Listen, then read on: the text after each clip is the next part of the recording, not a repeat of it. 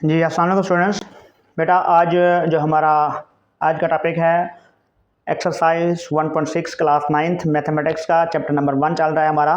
Chapter number 1 में exercise 1.6 हम कर रहे हैं। 1.6 का आज क्वेश्चन नंबर हमने 1 करना है। इससे पहले हमने क्रैमर रूल से किया था, अब हम इन्वर्जन मेथड से करते हैं, इन्वर्स मेथड से हल करते हैं। तो चलते हैं अपने क्वेश्चन की तरफ। देखें उसमें भी जिस तरह उसमें किया था सेम टू सेम वैसे ही उसमें से थोड़ी सी चेंजिंग आ जाएंगी। अब यूज मैट्रिसेस, पहले देखें क्वेश्चन क्या है। यूज मैट्रिसेस इफ पॉसिबल, क्या करना है, काल्बों के इस्तेमाल से हमने अगर मुमकिन है तो हल करना है। ये कंडीशंस याद रखनी है। पहली बड़ी कंडीशन क्या है कि यूज मैट्रिसेस, हमने सबसे पहले क्या करना है, मैट्रिक्स बनाने हैं। सबसे पहली बात, सबसे पहला काम हमारा मैट्रिक्स बनाने का है।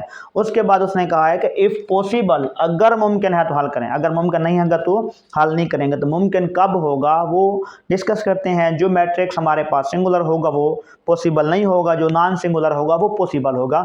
इसके सबसे पहले बनाने हैं मैट्रिक्स। मैट्रिक्स बनाने के लिए क्या करते हैं, इससे पहले भी हमने मैट्रिक्स बनाए थे, अब भी हम बना रहे हैं। तो मैट्रिक्स बनाने के लिए क्या करते हैं, एक्स वाले नंबर्स जो इक्वेशन नंबर 1 और इक्वेशन नंबर 2 में से एक्स यूज हो रहा है उसको एक हमने लिखना है कॉलम में। देखें 2, ये भी x का कोफिशिएंट 2 है, ये x का कोफिशिएंट 3 है, इनको एक कॉलम में लिख दिया। 2 और 3 एक कॉलम बन गया। ऊपर नीचे नंबर जब लिखते हैं तो वो कॉलम बन जाते हैं।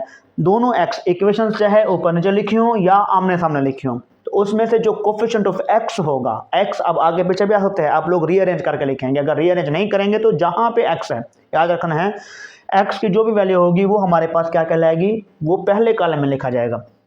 अब -2 एंड +2, यहाँ पे दोनों जो y थे उनको हमने दूसरे कॉलम में लिख देना है, दोनों y को दूसरे कॉलम में। यानी क्या किया हमने, x जो था, x का कोफिशिएंट ऑफ x जो था दोनों इक्वेशंस का, वो पहले कॉलम में लिख दिया। y जो है, कोफिशिएंट ऑफ y जो है वो दूसरे कॉलम में लिख दिया। इन हमारे पास अभी नंबर लिखे हैं। मैट्रिक्स की क्या कंडीशन है कि कुछ नंबर होते हैं उनको हम किसी भी शेप में लिख के उसको हम जब ब्रैकेट्स में बंद करते हैं तब मैट्रिक्स कहलाता है। अब इसको लगानी है ब्रैकेट्स, ये लगा देनी है इसके दरमियान ब्रैकेट्स, तो ये बन जाएगा मैट्रिक्स। इसको सपोज करेंगे ये हमारे पास क्या है, ए है, नाम दे दो कि ये ए मैट्रिक्स है। अब साफ ज़र है, कोई भी मैट्रिक्स होता है जब मैट्रिक्स बनता है तो उसको कोई ना कोई नाम देना पड़ता है। तो हमने इसको अल्फ़ाबेट नाम से ABC से नाम दे दिया। ये पहला जो मैट्रिक्स है उसको हमने ए का नाम दे दिया। अब इसके बाद जो वेरिएबल यूज हो रहे हैं, यहाँ देखें एक्स वाई और एक्स वाई, दो वेरिएबल हैं एक्स और वाई जो यूज हो रहे हैं। उन्हीं एक्स और वाई वेरिएबल्स को हमने ऊपर नीचे एक कॉलम में लिख देना है। ये एक्स और वाई को हमने दोनों को एक कॉलम में लिख दिया, ऊपर एक्स लिखा नीचे वाई लिख दिया, तो ये हमारे पास एक कॉलम बन गया। इसको हम नाम दे दें कि ये हमारे पास एक्स है, क्योंकि जो वेरिएबल्स होती हैं जिनकी वैल्यू फाइंड करनी होती है उसको हम हमेशा एक्स के नाम से लेट करते होते हैं कि ये लेट कर लिया कि ये एक्स है, ये मैट्रिक्स क्या बन गया, एक्स। अब इसके बाद लास्ट में जो इक्वेशन के बाद नंबर है, देखें इक्वेशन के बाद नंबर है, एक तो है 4, दूसरा है 6। इधर क्या है, इक्वेशन के बाद 4 है, इधर क्या है, इक्वेशन के बाद 6 है। दोनों इक्वेशंस में इक्वेशन के बाद वाले नंबर को हमने एक कॉलम में लिखना है, 4 और 6 में लिख के इसको भी मैट्रिक्स का साइन दे के इसको एक नाम दे दें। सपोज कर दें कि ये बी है, जो वेरिएबल था उसको एक्स का नाम दिया, बाकी जो पहला मैट्रिक्स बनाया था उसको ए का नाम, जो दूसरा मैट्रिक्स बनाया उसको बी का नाम। अब इसमें हमने किस मेथड से इसको हल करना है, विद इनवर्स मेथड। किस मेथड से कर रहे हैं, इन्वर्जन मेथड से हल करेंगे आज इसको। पहले में हमने क्रैमर रूल से किया था, अब हमने इनवर्स मेथड से करना है। इनवर्स मेथड में या क्रैमर रूल में उसकी पहली कंडीशन यही थी कि हमने क्या करना है, यूज मैट्रिसेस, कॉलम बनाने हैं, मैट्रिसेस को यूज करते हुए इसको हल करना है। अब दूसरी इसकी कंडीशन है, दूसरी कंडीशन है कि इफ पॉसिबल, अगर मुमकिन है तो, अगर मुमकिन है तो हल करें। अब मुमकिन कब होगा, जब हम जो भी ए मैट्रिक्स बनेगा, जो भी ए मैट्रिक्स बनेगा अगर उसका डिटर्मिनेंट लेंगे और डिटर्मिनेंट क्या होगा, नॉट जीरो। यानी क्या आएगा, पॉसिबल कब होगा, if a determinant is not equal to 0 so that's a possible, तब क्या होगा, पॉसिबल होगा। अगर जो ए है उसका आंसर 0 के इक्वल आएगा तो फिर पॉसिबल नहीं होगा। हमने पहले कंडीशंस उसकी थी कि यूज मैट्रिसेस, वो वाली कंडीशन हमने लगा दी, मैट्रिसेस बना दी। अब दूसरी कंडीशन है कि इफ पॉसिबल, अगर मुमकिन है तो इसको हल करो। तो मुमकिन होने के लिए हमारे पास शर्त है कि अगर जो ए है उसका डिटर्मिनेंट जो है ना, ए का डिटर्मिनेंट क्या हो, ए का डिटर्मिनेंट अगर 0 होगा तो पॉसिबल नहीं होगा, अगर 0 नहीं है तो फिर पॉसिबल है। तो हम सबसे पहले, मैं यहाँ पे आप लोगों के लिए ए का डिटर्मिनेंट फाइंड कर लेता हूँ। ए का डिटर्मिनेंट फाइंड करते हैं यहाँ पे, ये देखें ए का नंबर क्या है, 2 3 2 3 -2 एंड 2। ए का डिटर्मिनेंट फाइंड करते वक्त डिटर्मिनेंट कैसे फाइंड करते हैं उससे पहले भी क्वेश्चन किए हैं हमने, क्रैमर रूल में भी किए हैं, अब दोबारा बता रहा हूँ। इन दोनों को जो डायगोनल नंबर है इनको आपस में मल्टीप्लाई करना है, यानी डायगोनल को आपस में मल्टीप्लाई करना है हमने। 2 × 2 दरम्यान माइनस, माइनस किस चीज़ का साइन है, ये डिटर्मिनेंट का साइन है। हम मार्क लेते हैं, डिटर्मिनेंट लेते हैं तो हमने माइनस लगाना है। 2 को 2 से मल्टीप्लाई करेंगे और इन डायगोनल में ये है, ये देखें इन डायगोनल में है -2 × 3।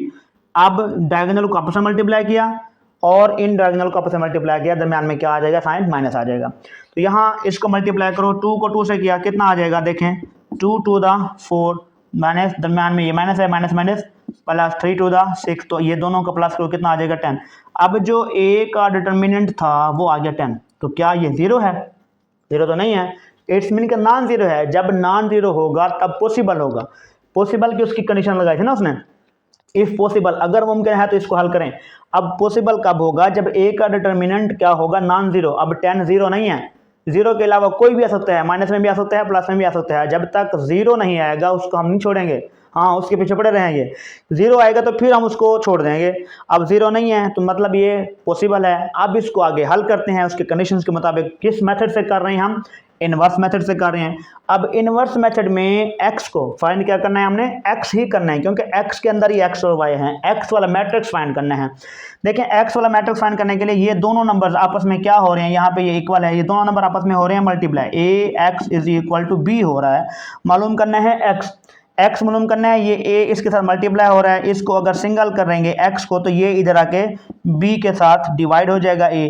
जब b के साथ डिवाइड होगा, नीचे अगर प्लस है तो ऊपर ले जाओ तो माइनस हो जाएगा, यानी a इनवर्स b। x का फार्मूला अब यहाँ पे क्या है, x का फार्मूला है a इनवर्स b, ये x का फार्मूला है। जब x मालूम करना होगा, x एक मैट्रिक्स है, x के अंदर दो नंबर आ जाएंगे, x भी आ जाएगा y भी आ जाएगा। x मैट्रिक्स मालूम करना है तो उसमें फार्मूला क्या लगाएंगे, a इनवर्स b।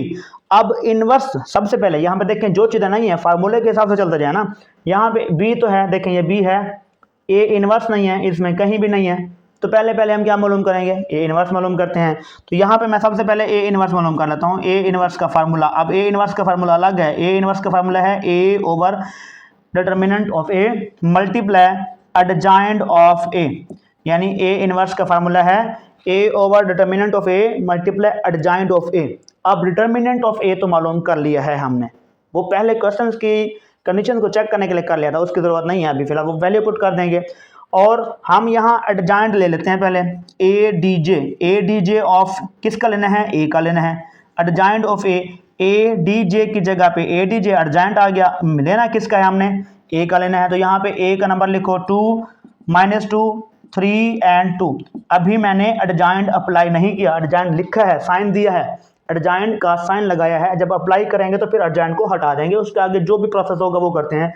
अच्छा, एडजॉइंट मालूम करने का तरीका कर क्या है, देखें एडजॉइंट जब मालूम करते हैं उसमें क्या होता है, ये नंबर होता है, देखें A B C D, 4 number हैं A B C D। Adjoint में इन दोनों को क्या करना होता है, डायगोनल को हमने करना है रिप्लेस।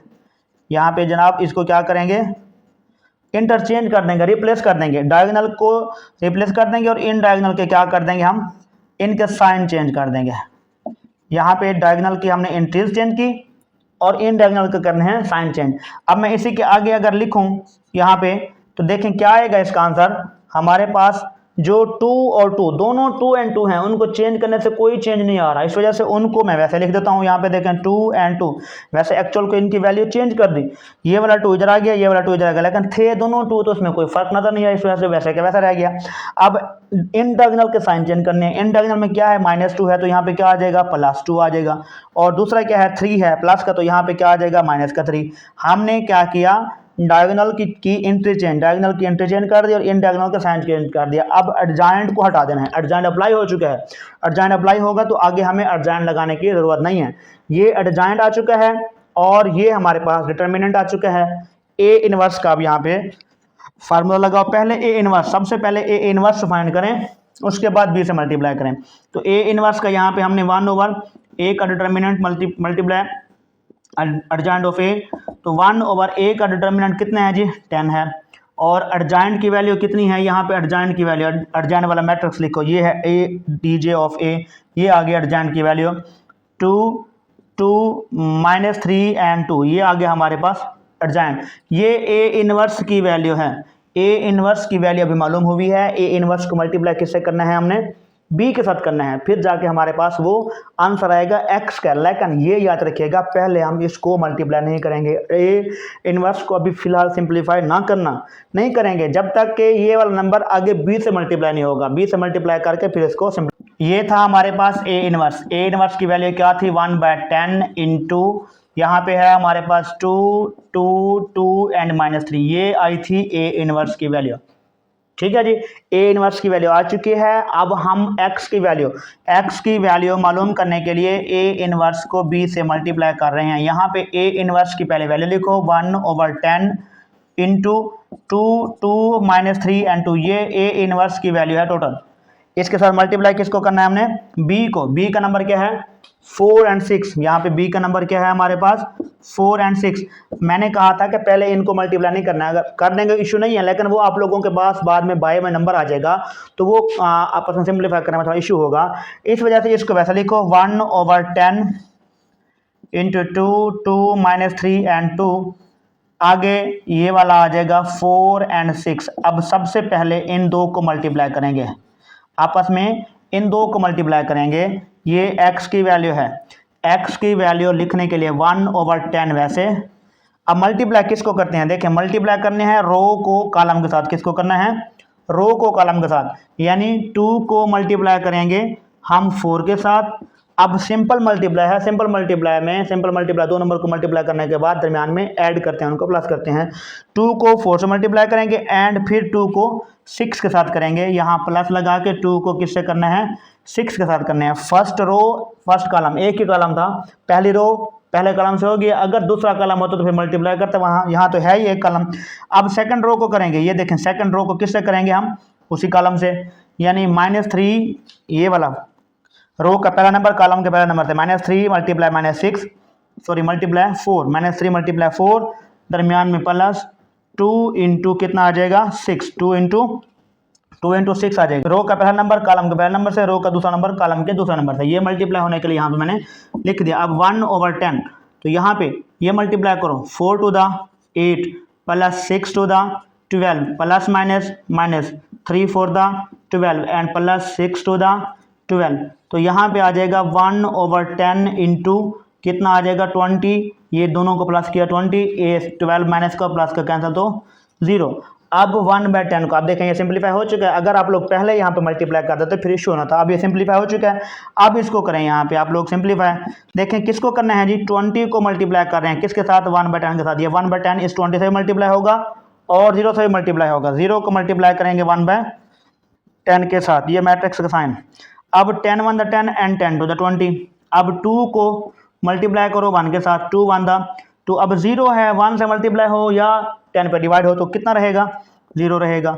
तो ये हमारे पास आंसर आ रहा है x का। अब x के अंदर दो नंबर आ रहे हैं, देखें x कितना है, x की वैल्यू 2 एंड 0, ये आ जाएगा x। लेकिन x किसके इक्वल था, x हमारे पास इक्वल है ये वाला x और y के इक्वल। x का जो मैट्रिक्स था वो x और y के इक्वल है। तो यहाँ पे 2 एंड 0, जो पहला नंबर है वो x है, पहला नंबर क्या है, x है। तो यानी x इज इक्वल टू 2 और y इज इक्वल टू कितना आ जाएगा 0। तो ये इसका सोल्यूशन सेट हो जाएगा। तो ये थे बेटा हमारे पास 1.6 का, जो 1.6 का क्वेश्चन नंबर 1 था, उसका हमने दोनों मेथड से क्वेश्चन किए हैं, क्रैमर रूल से भी किए हैं, ये यूनिवर्सल मेथड से भी किए हैं। अगर किसी बच्चे को इनमें से बाकी तमाम के तमाम सवाल ऐसे हैं, मैंने पहले बताया है कि इसको चेक करेंगे कि ये पॉसिबल है या नहीं है। पॉसिबल होगा तो हल करेंगे, अगर पॉसिबल नहीं होगा तो छोड़ देंगे, फिर उसको लिख देंगे दैट इज़ नॉट पॉसिबल। तो ये हमारे पास इसमें इसके अलावा कोई क्वेश्चन अगर आप लोगों को मसला करता है, कोई इशू है, तो आप लोग मुझसे कमेंट बॉक्स में ज़रूर अपने डिस्कस कीजिएगा। तब तक के लिए खुदा हाफिज़, जज़ाकल्लाह, थैंक यू।